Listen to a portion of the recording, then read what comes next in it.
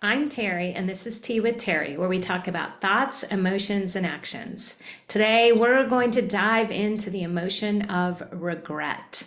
And this is a powerful emotion. We can sometimes think of it as a negative emotion, but hopefully today we're going to understand how we can come to think of regret as the power of regret and even the gift of regret.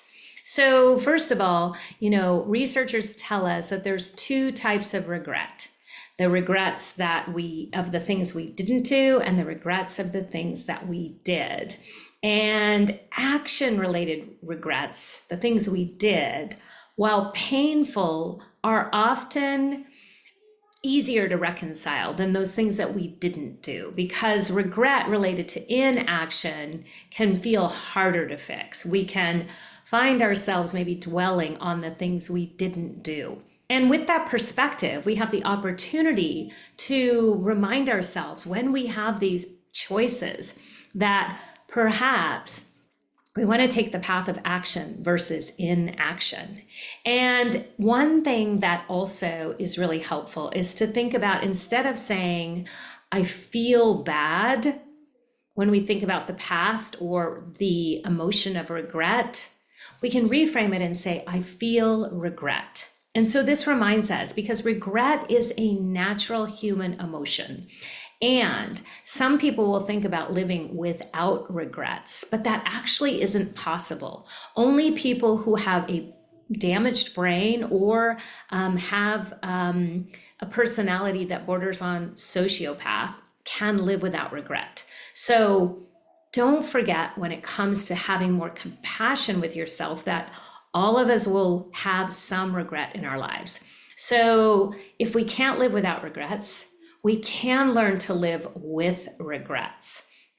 And here's the thing that I think is so powerful, is the work that I started to do around regret was when I read Brené Brown's book, Atlas of the Heart, and I turned to that emotion of regret because I know I have my own regrets, and with my clients, I often would find that if they were ruminating, it often had to do with this action or inaction that was tied to regret.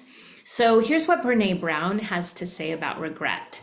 She says, I firmly believe that regret is one of our most powerful emotional reminders that reflection, change, and growth are necessary.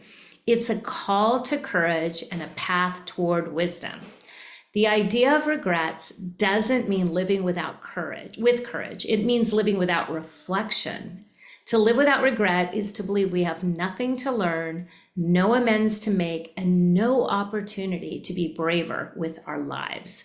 So I want to invite you, when the emotion of regret comes up, to remind yourself that this is a call to wisdom and courage and reflection. I truly believe that when we consider our regrets, they help us frame our present and future moments. They show us and shine a light on the things that really matter. If something happened in your past that you don't really care about or have any emotion about, there's no regret. So the things that we do regret are the things that are important to us. So see if you can go forward this week and use that beautiful emotion of regret to help us move forward in our lives and to feel more connected to that powerful place of courage and reflection. I hope that was helpful. I love the idea of how no emotion is a bad emotion. All right, I'll talk to you again next week.